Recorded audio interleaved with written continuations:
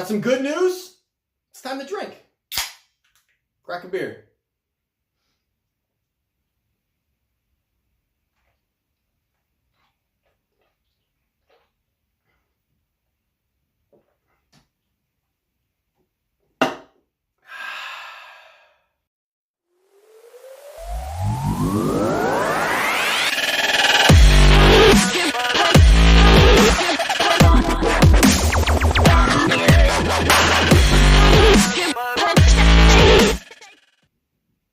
Welcome to Kyle Anthony's UFC betting show. I am Kyle Anthony, and welcome to the podcast. Welcome to the prediction show for UFC on ESPN Plus 11, Alexander Gustafsson versus Anthony Smith. We're going to talk about our play that is for purchase on Wagertalk, link down in the description, as well as we're going to talk about 2 free plays on this show and 1 prop bet at the end of the show that is not a UFC prop bet. One I'm definitely looking forward to talking about and looking forward to hearing your opinions on, as well as we are drinking today. So crack open a beer. I have some exciting news today. So I know that all of you, most of you have, been with me through this journey, and a great community of people who continually comment down below, give me the likes, always give great information and good feedback, positive feedback. And today I was, or I should say last week, I was having a conversation, sat down and talked to Dan Tom from MMA Junkie. I'm sure you all are aware of that media outlet. And Dan is a great guy. He does a show on Sirius Satellite Radio and, does a lot of different things for MMA Junkie as a whole, articles, predictions, all kinds of things. And I was able to sit down from a subscriber, was able to introduce me to him. We sat down, had a great conversation. So starting next Wednesday, which will be for the big pay-per-view coming up next week, we're definitely going to do a show on Wednesday. It'll either come out Wednesday or Thursday. And we're going to talk about all things UFC, all things on that card, betting, just overall opinions on it. So I definitely will let you guys know on Twitter when we're going to be releasing that video. But very excited about it. So cheers. And as well as have some other things that are in the works that, I'm partnering up with other people, looking to do some great things. So very excited about it. It's definitely been a journey. It's been a short journey because we've been here for about over a year now, and we've got some great opportunities on our doorstep. So wanted to share that with you guys. I'll let you guys know when those other things are going to be dropping. So stick around for that. So the first thing we are going to be talking about is the free play. Now the free play is between Alexander Rakic and Jimmy Manuwa. Now, this fight here is an interesting fight the more I took a look at it, and I'm excited to talk about this one here. Now, you take a look, you've got Rakic is minus 220, somewhere minus 200, somewhere in that range. You've got Manuwa plus 180 to plus 170.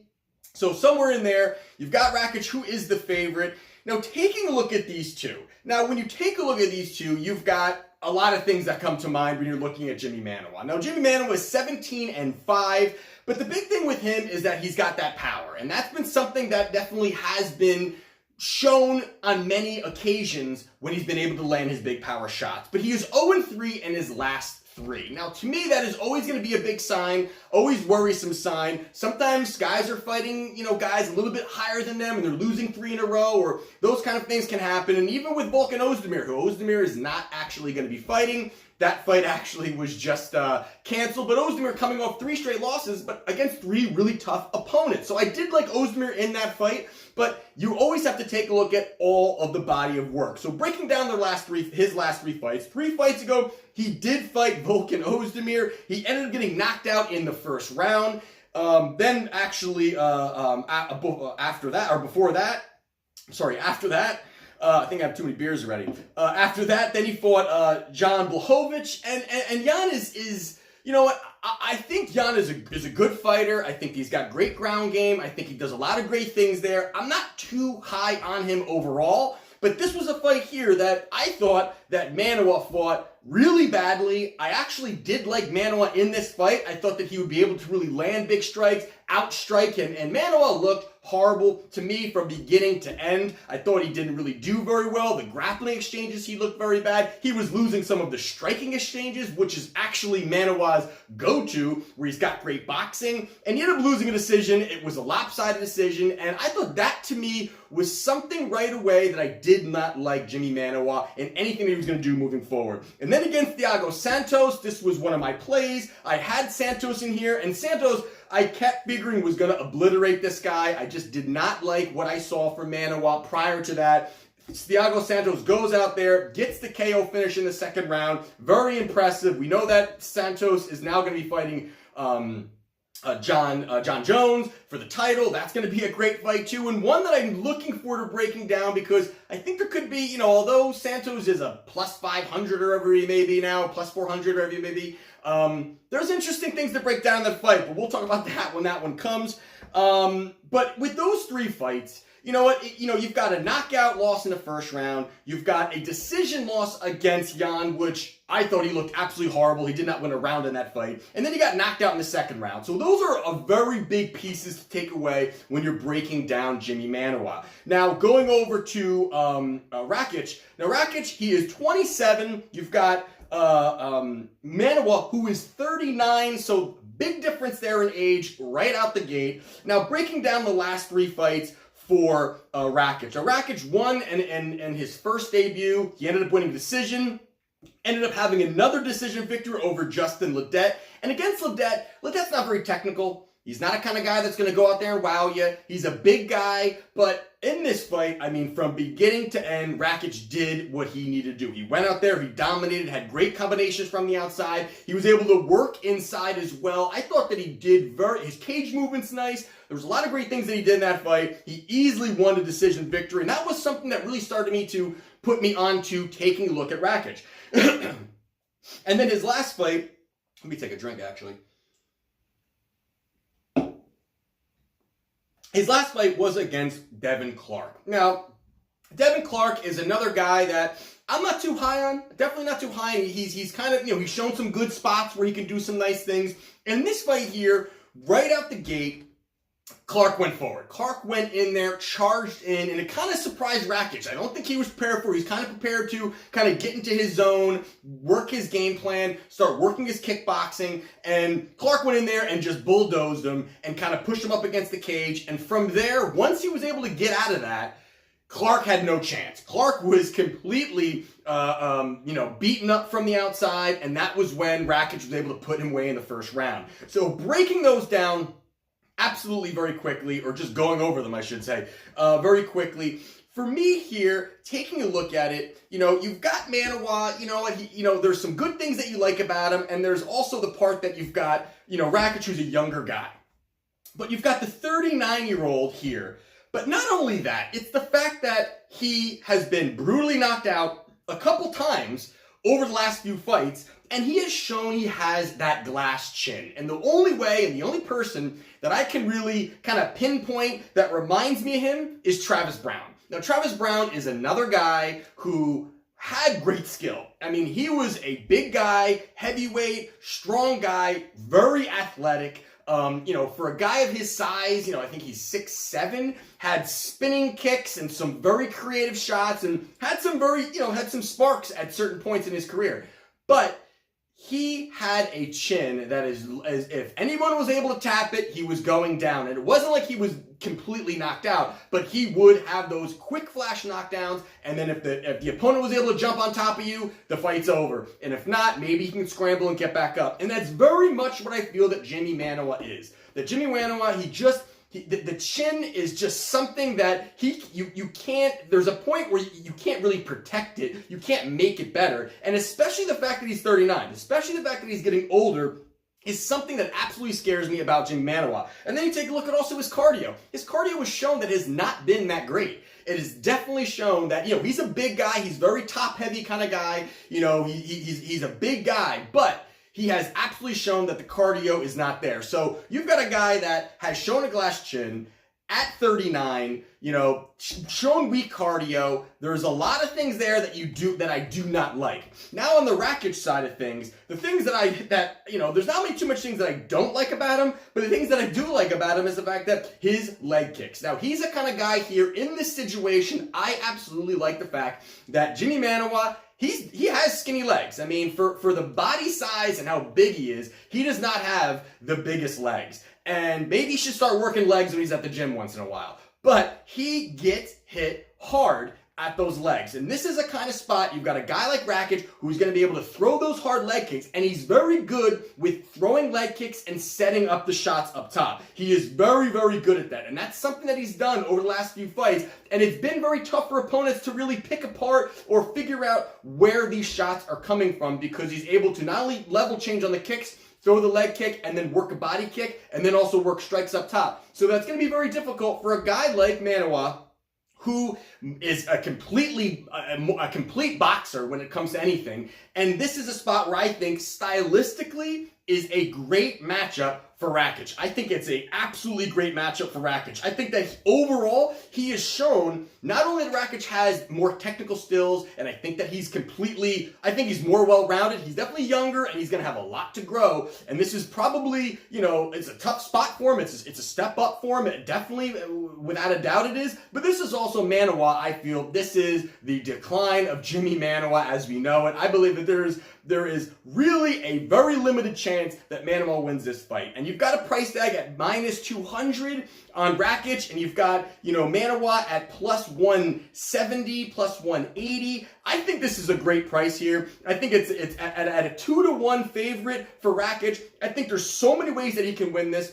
And he's actually proven the fact that not only can he go out there and get a finish and land a big shot, which he can absolutely do, but he has shown over his 3 wins within the UFC, he's 3-0 in the UFC. With his 3 wins, he is 2 of those 3 wins, 2 of those wins have come from decision victory. So he has shown later in fights, he can still throw the shots, he can still land, he can still be productive. And a guy like Jimmy Manuwa, early on, yeah, that's going to be a little bit scary, where Manuwa is going to be throwing those big shots, and he's going to have to protect himself. But Rakic is a big guy. He's listed at about at 6'4". I think UFC has him at like 6'6", which I don't know. Sometimes they round up on those numbers. But I like Rakic here. I think he gets the job done. I think that he can do it in spectacular fashion, or he can go out there and completely outpoint Manuwa when he starts getting tired. So my free play will be Alexander Rakic in the, main card of UFC on ESPN +11.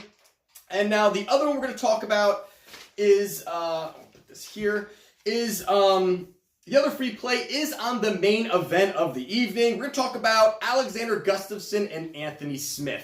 Now, this is a fun card. This is a fun fight. You've got 2 guys that just came off losses against John Jones in a title fight.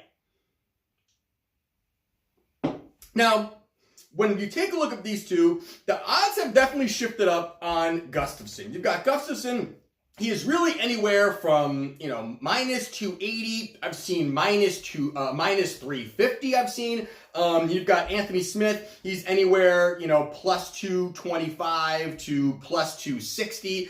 Kind of in that range as well. Money's kind of moving all over the place here. But when you break it down, I think this to me is a very clear-cut fight for me. When I was taking a look, going back, looking at their last 3 fights each. Now, first going over Anthony Smith. So Anthony Smith, 31-14, coming off a loss against John Jones. But if you go back 4 fights ago, now he had those 2 big victories over aging, heading to retirement fighters, but known fighters in Rashad Evans, who he brutally knocked out in the first round, and Shogun Rua, who he also brutally knocked out. Now these guys, Evans is already retired. Rua is heading there.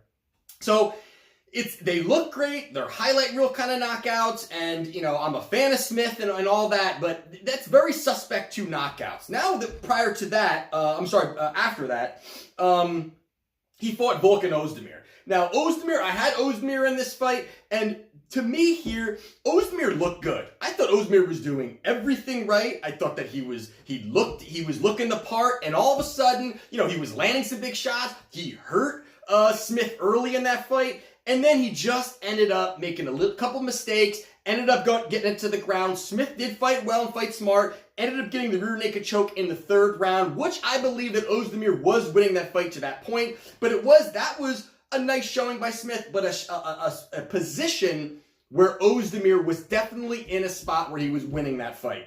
And then after that, it was John Jones. And against John Jones, to really kind of quickly break that one down, because there's not really much to break down this one. It was pretty lopsided fight. But this was a fight that Smith was going in there, and he was saying, I'm going in, I'm pressuring, I'm not going to let John Jones really, he called him a snake charmer because, he's able to really lure guys into his game plan. And he's definitely done that. Jones is absolutely spectacular when it comes to, a guy that wants to engage in a certain way, and he's able to kind of keep that distance, work around it. And that's something that we can absolutely bring into this fight against Gustafsson. And obviously, John Jones ended up winning that fight. And now going over Alexander Gustafsson. Gustafsson is 18-5. And over his last three fights, same thing. He fought Jan Blachowicz. And Blachowicz, he fought very well, but it was a lopsided victory for Gustafsson. Gustafsson got the decision. All three judges 30 to 27.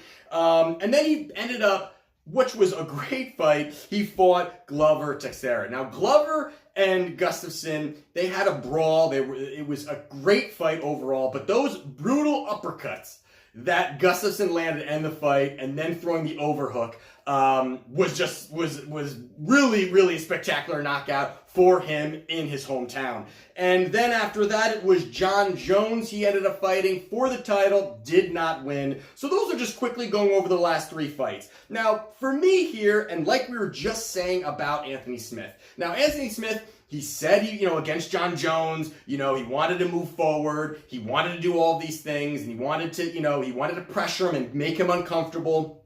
I think for me in this position is the first thing is that there is absolutely in every category, you have to give it to Alexander Gustafsson. When you're talking about the ground game, you're talking about striking, you're talking about hand speed, everything goes to Gustafsson when you're breaking them down and just overall what they can do.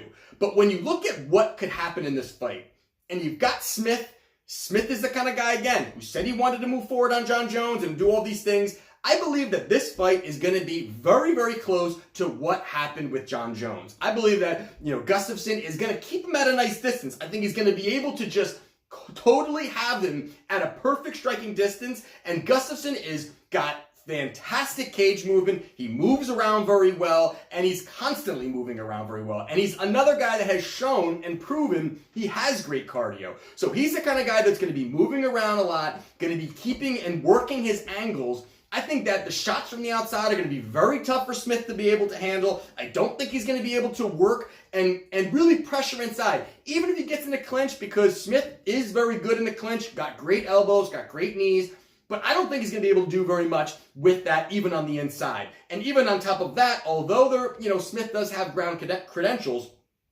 Gustafsson, without a doubt, was going to be able to take Smith down if he wants to. If he wants to say, hey, if things are getting close, he's very good at those sweeps, very good at those trips, to be able to put his opponent to the ground. And he's even taken down John Jones, who was nearly impossible to take down. He took down John Jones, so if he takes down him, there's no doubt he's going to be able to take down Smith. So a fight like this in Sweden, in Gustafsson's hometown, I really like Gustafsson here. I just don't think there's a possibility, unless it's, of course, this is MMA fighting. It takes one punch and the party's over. But if Gustafsson fights smart, I think that this is a great spot to bet him. Now, again, the price has moved up a little bit. I took Alexander Gustafsson at minus 295. And, now, like I said, I'm seeing it at minus 350 at this point now. So still, do I think he's going to win? Yes. At that price, when it starts to get up near the 400s, the minus 400s, that to me is more of a stay away at that point, but I like getting it under 300, just slightly under 300. I think it's a great price there. Anything higher just starts to make me, it just really pulls away from the implied probability of really can he get this victory to the odds and the money that you're laying down. So for me, overall, I like Gustafsson here. I think he gets the job done. I think it's going to be a late stoppage or it's going to be a decision victory because Smith is tough as nails to put him away. But I like Gustafsson here to get the victory as another free play. So my 2 free plays are going to be Alexander Rakic and Alexander Gustafsson. We're going with the Alexanders in this one. And the last thing I want to talk about is because Anthony Joshua is fighting this weekend. And he's fighting Ruiz, not very good of a fighter. He was supposed to fight another fighter, ended up getting caught with steroids. All these other things were happening, and not even to get into that. But right now, if you're betting Anthony Joshua to win the fight, it's minus 4,000. Now, that just shows you what the linesmen and the Vegas, odds bookmakers are thinking. They're saying there is basically not a shot that Anthony Joshua is going to lose this fight. But if you take a look at some of the prop bets on this, I actually like them. Now, the first one is KO TKO is minus 420.